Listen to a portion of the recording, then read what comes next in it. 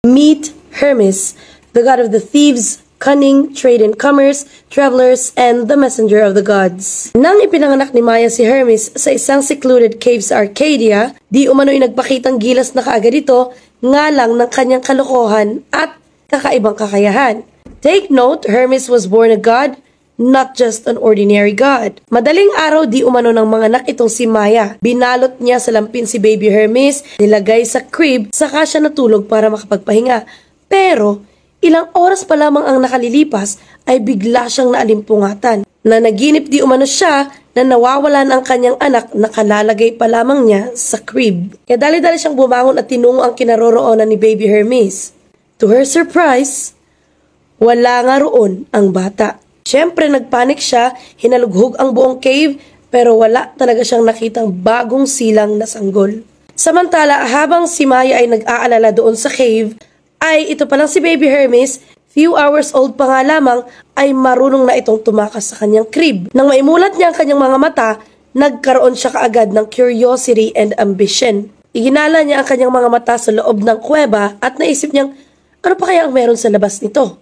Again, kapapanak pa lamang sa kanya noon, pero naglakbay na siya ng naglakbay hanggang sa makarating siya sa Thessaly. Doon ay nakita niya ang mga sacred cattle na pagmamayari ng kanyang half-brother na si Apollo, the god of music and prophecy. Sabi niya, ay, ang cutesy! At para mapatunayang talagang siya ay cunning, creative, and clever, na pagdesisyonan niyang nakawin ang 50 sa mga baka ni Apollo. Pero hindi ito simpleng pagnanakaw. Alam ni baby Hermes na kapag nalaman ni Apollo na nawawala ang ilan sa kanyang cattle, ay maghahanap iyon. Kaya naman, para hindi sila matrack, kumuha siya ng balat ng puno, ginawa niya itong sandals, iniligay dun sa mga paa ng baka at pinaglakad sila ng pabaliktad. Sabi niya, pabaliktad muna kayo maglakad para maligaw yung mga maghahanap sa inyo. Dinala niya ang mga baka sa isang nakatagong kuweba na kung tawagin ay Pylos. Doon ay nag-perform siya ng isang ritual. Sinugbak niya yung dalawa sa mga baka at inialay iyon sa mga gods and goddesses na akala mo kanya ang mga iyon. Again, ginawa niya ang mga ito ilang oras pa lamang pagkatapos niyang mailuwal sa mundo. Matapos niyang i-perform yung ritual, bumalik na siya sa Mount Selene. Sa kanyang paglalakbay pa uwi, ay nakakita siya ng isang tortoise.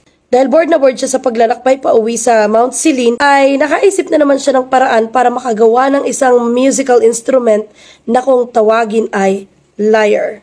Nang makabalik niya siya sa kuweba, hindi siya nagpahalata sa kanyang inang si Maya. Dahan-dahan siyang bumalik dun sa kanyang crib at nag-inarte na animo isang inosenteng sanggol. So eto na nga, nagkatotoo yung inisip niya na hahanapin ni Apollo yung mga nawawala niyang cattle o baka. Ginamit niya ang kanyang kapangyarihan bilang god of prophecy para matukoy kung sino yung nagnakaw ng kanyang mga baka. Sa vision niya ay nakita niya ang nakatagong kuweba ni Maya sa Mount Selene sa Arcadia. So nahulaan niya doon na si Hermes ang gumawa nun. Si Hermes ang nagnakaw. Dahil sa sobrang galit niya, dumiretso siya kay Zeus. Sabi niya, Daddy, si Hermes, kaya bata-bata pa lamang marunong nang gumawa ng masama. Ninakaw niya yung mga baka ko. Remember itong si Apollo ay anak ni Zeus at ni Leto. Nung humarap si Hermes sa kanila, para siyang batang walang kamuwang-muwang sa mundo. Nagkunwari siya na parang wala siyang alam tungkol sa pagkawala ng mga baka ni Apollo. Natawa na lamang si Zeus nang makita niya yung pagpapanggap na ginagawa nitong si baby Hermes at sabi niya, ha Hermes, ilabas mo na yung mga ninakaw mo. Huwag mo na kaming paandaran ng ganyan dito. Alam na namin ang totoo bago ka pa man pumunta rito. Kaya huwag ka na deny. Sabihin mo ikaw nakaw baka Apollo. Ganon. Iniisip ko, kailangan siguro natin ng isang Zeus na magsasabi ng, oy sige na, ilabas mo na yung mga pondong ninakaw mo. Eh di sana, wala na tayong mahabang usapin, ang mga debate sa diba? Sorry. Pero na-amaze itong si Zeus sa kakayahan ng kanyang anak na si Hermes dahil sa bilis niyang kumilos, sa kanyang pagiging cunning, creative, resourceful, ganyan. Kaya nagdesisyon siya na gawin siyang messenger of the gods. Tagahatid ng mga messages from Mount Olympus to the different points of earth, pati na rin sa underworld. Isa sa mga perks ng mga gods, kung matatawag man itong perks, ay yung abilidad nila na lumaki kahit kapapanganak pa lamang sa kanila. Pwede na silang maging grown man, or pwede nga rin silang magpapalit-palit ng anyo, depende sa mood nila. At para tuluyang makabawi si Hermes kay Apollo, binigay na lamang niya as peace offering yung lyre. Nung tinugtog ito ni Apollo, nagustuhan niya, na-amaze siya, kaya kinip niya. Sabi niya, oh Hermes, bati na tayo, pero akin na itong lyre.